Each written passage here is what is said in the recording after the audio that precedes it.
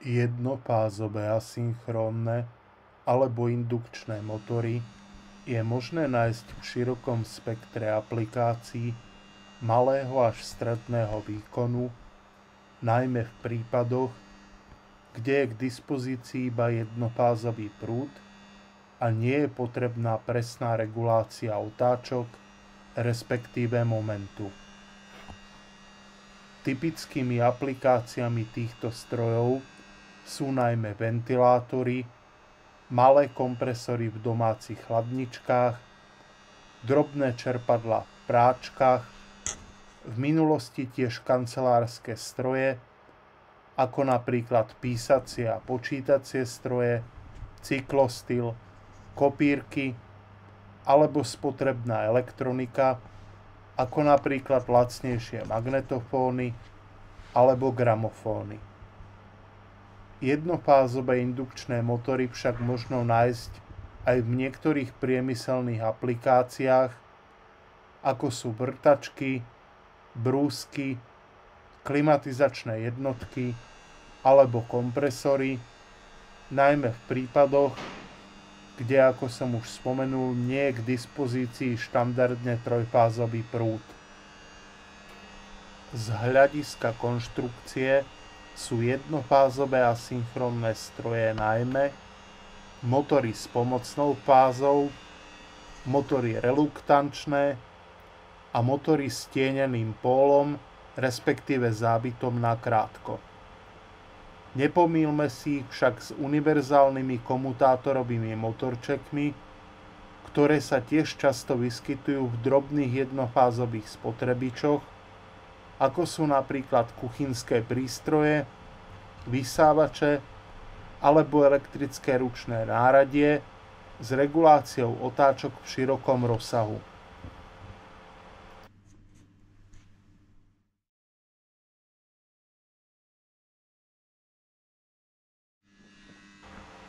Jednofázové asynchrónne motory, podobne ako trojfázové, majú zvyčajne kotvu nakrátko z medených alebo hliníkových drôtov a jednofázové statorové budiace vynutie. Ak týmto vynutím prechádza strieľavý prúd, vytvára stacionárne oscilačné pole. Toto pole môžeme nahradiť dvomi točivými poľami opačného smeru, ktoré označíme MS a MS s čiarou. Moment jednofázového stroja je potom superpozíciou pôsobenia týchto dvoch točivých polí.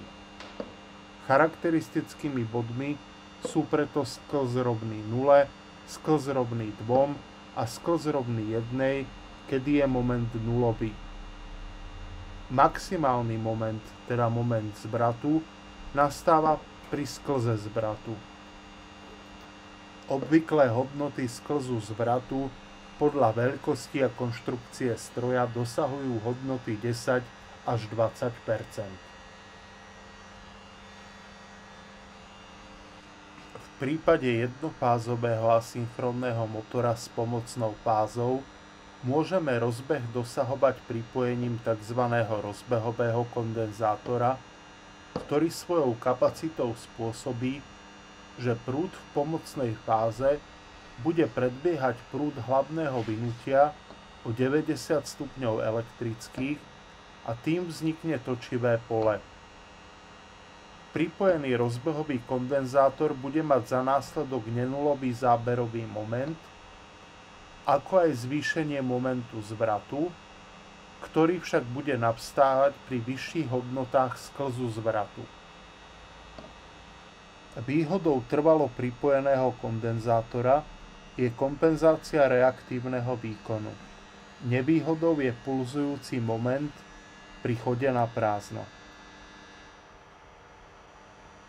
Ďalšou alternatívou je, že k hlavnému vynutiu, ktoré je trvalo pripojené na zdroj napájania, pripojíme pomocné, tzv. Rozbehové vynutie s kondenzátorom cez odstredivý spínač, ktorý zhruba po dosiahnutí 2/3 menovitých otáčok rozbehový kondenzátor odpojí. Dostávame sa teda ku kombinácii dvoch charakteristík, a tu charakteristiky bez rozbehového kondenzátora a charakteristiky s rozbehovým kondenzátorom s posunutým momentom zvratu a zvýšeným záberovým momentom. Pôsobenie odstredivého regulátora má za následok, že počas rozbehu dojde k bodu, kedy odpojíme rozbehový kondenzátor a prejdeme z charakteristiky s kondenzátorom na charakteristiku bez kondenzátora.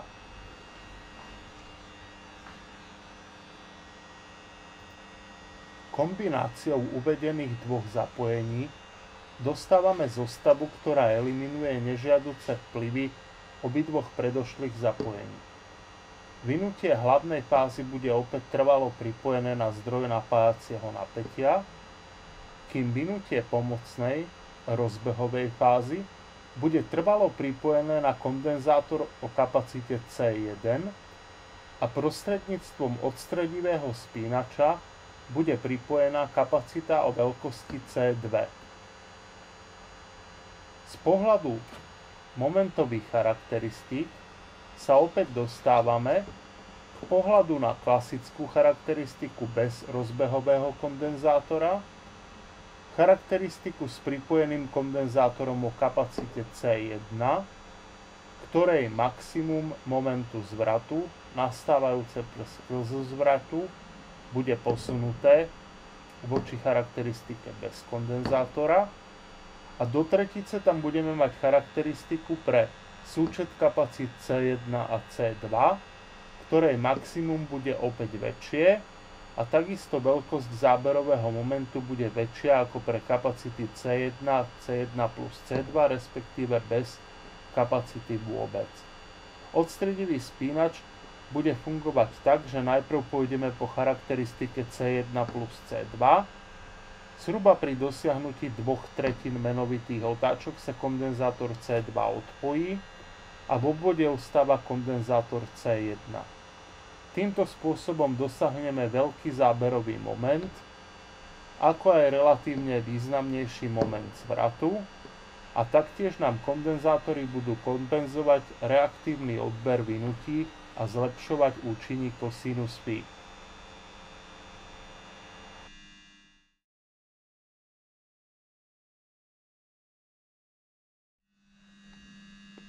Podobný spôsob kondenzátorového rozbehu ako pri jednofázových asynchrónnych motoroch možno tiež použiť pri napájaní trojfázového asynchrónneho motora z jednofázovej siete.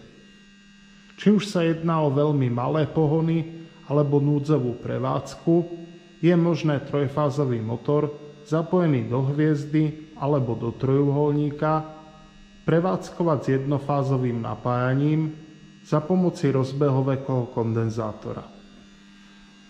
V prípade zapojenia do hviezdy vezmeme si príklad, že máme k dispozícii motor s menovitým napätím 220/127 V, čiže každé jeho vynutie je dimenzované na 127 V. Takýto motor, zapojený do hviezdy, môžeme napájať jednofázovým zdrojom o veľkosti 220 V. To znamená, medzi dve sporky motora zapojeného do hviezdy pripojíme 220 V, čo zodpovedá dvom vynutím po 127 V krát fázový posun 120 stupňov medzi fázami a zvyšnú svorku pripojíme cez kondenzátor na jednu z prívodných svorieb napájacieho napätia. Tým pádom dosiahneme rozbeh motora.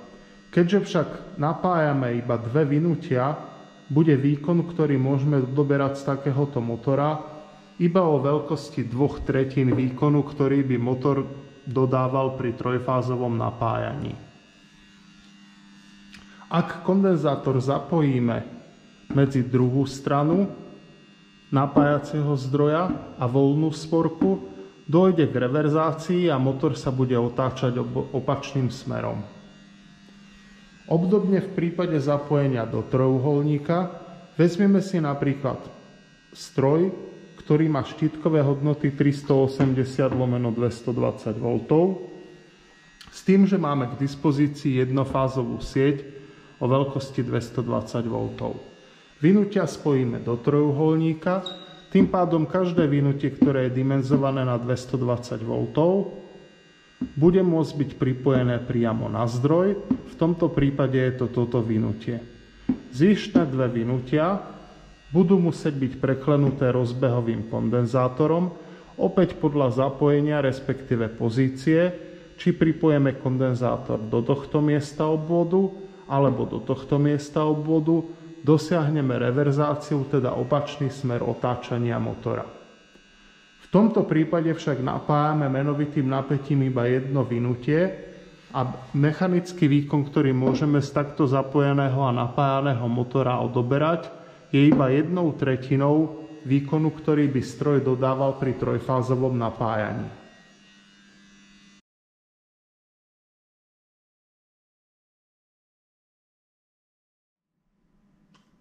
Predmetom záujmu dnešného laboratórneho cvičenia bude jednofázový asynchronný motor s rozbehom pomocou pomocnej fázy o výkone 60 W, menovité napätie 220 V, prúd 0,52 A, otáčky 2770 otáčok za minútu.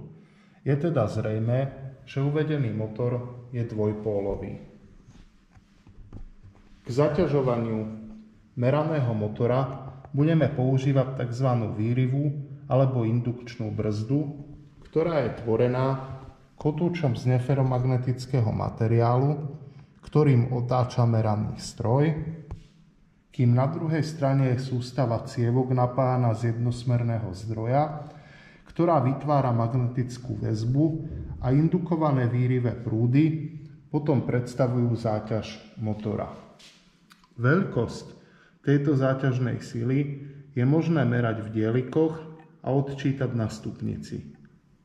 Nevýhodou dynamometra takéhoto typu, respektíve výrivej indukčnej brzdy, je skutočnosť, že dokáže meraný objekt iba zaťažovať pasívnym momentom, nedokáže teda udržať otáčky. V prípade asynchronného stroja z toho vyplýva, že dokážeme merať iba v časti charakteristiky, ktorá je stabilná, to znamená pred momentom zvratu.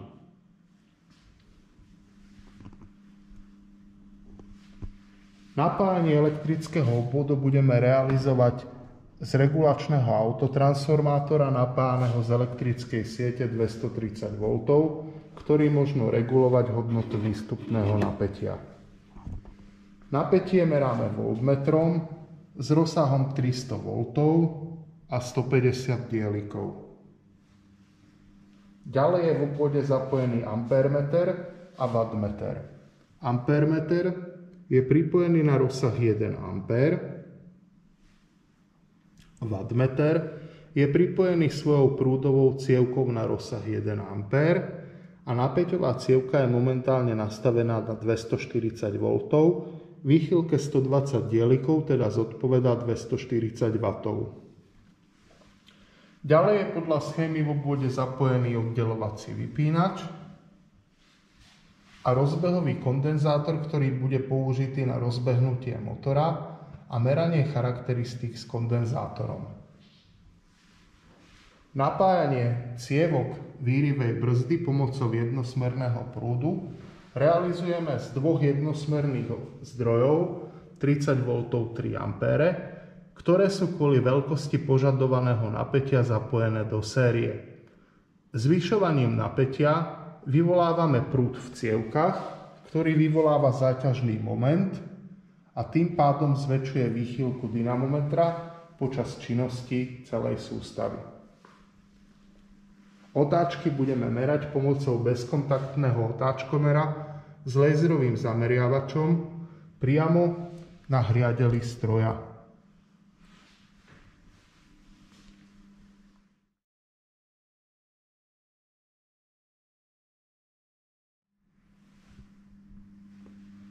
V rámci prvej úlohy dnešného laboratórneho cvičenia máme previesť kalibráciu výrivej indukčnej brzdy pomocou ciachovaného závažia.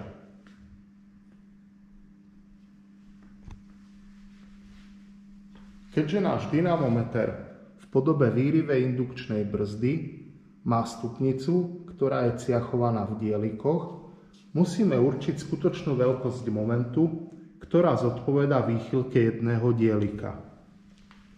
Budeme vychádzať z definície momentu, ktorý je daný ako súčin veľkosti sily pôsobiace na rameno o známej dĺžke. Veľkosť ramena dokážeme zmerať napríklad pomocou posuvného meradla alebo tiež šubléry, kde určíme, že veľkosť našeho kotúča má 10 cm, čiže 100 mm. Od stredu po okraj je teda polovica priemeru, to znamená rameno R má dĺžku 50 mm. Na toto rameno teraz zavesíme kalibrované závažie o hmotnosti 50 gramov. Toto závažie bude pôsobiť silou, ktorá je daná veľkosťou jeho hmotnosti vynásobenou gravitačným zrýchlením. Na stupnici môžeme odčítať, že zaťaženie dynamometra, respektíve stupnice výrivej brzdy, takýmto momentom spôsobilo výchylku 11 dielikov. Hmotnosť závažia 50 gramov, výchylka v dielikoch 11 dielikov.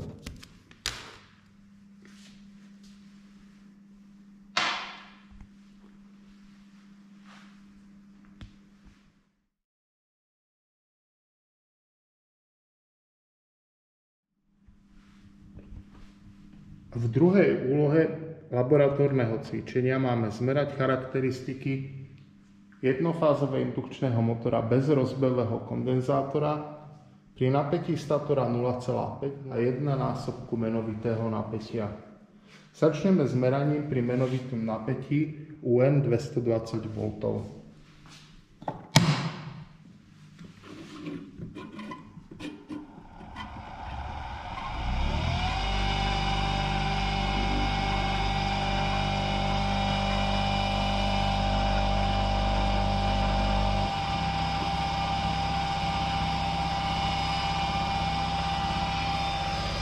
Po rozbehu stroja môžeme rozbehový kondenzátor odpojiť.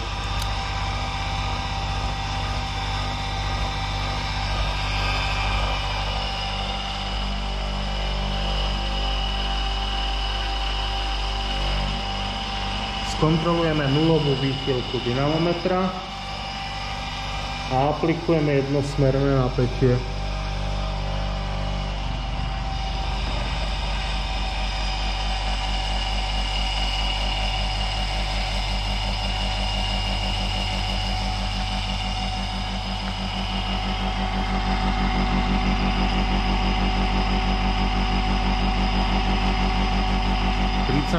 Dielikov.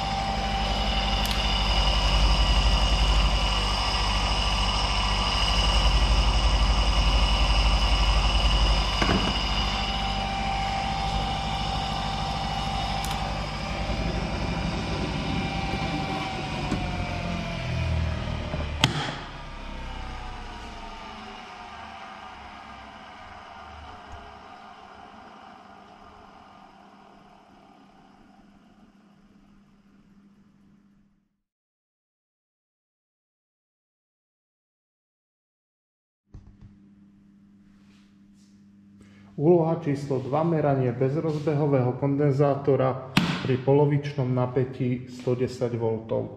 Rozsah wattmetra 120 V 1 A, rozsah voltmetra 150 V 150 dielikov.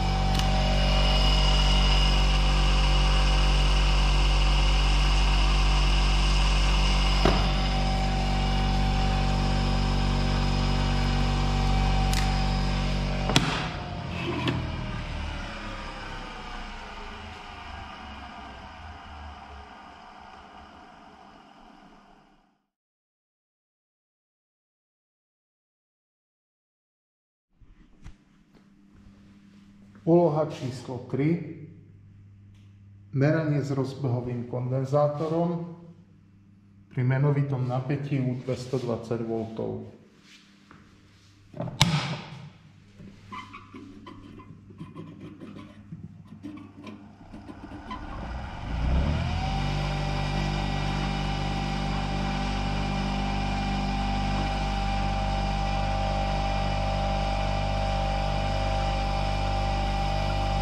Rozsah voltmetra 300 V, 150 dielikov, wattmeter 240 V, 1 A, 120 dielikov.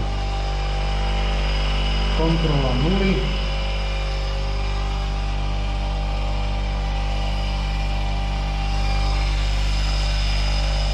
Zakazovanie.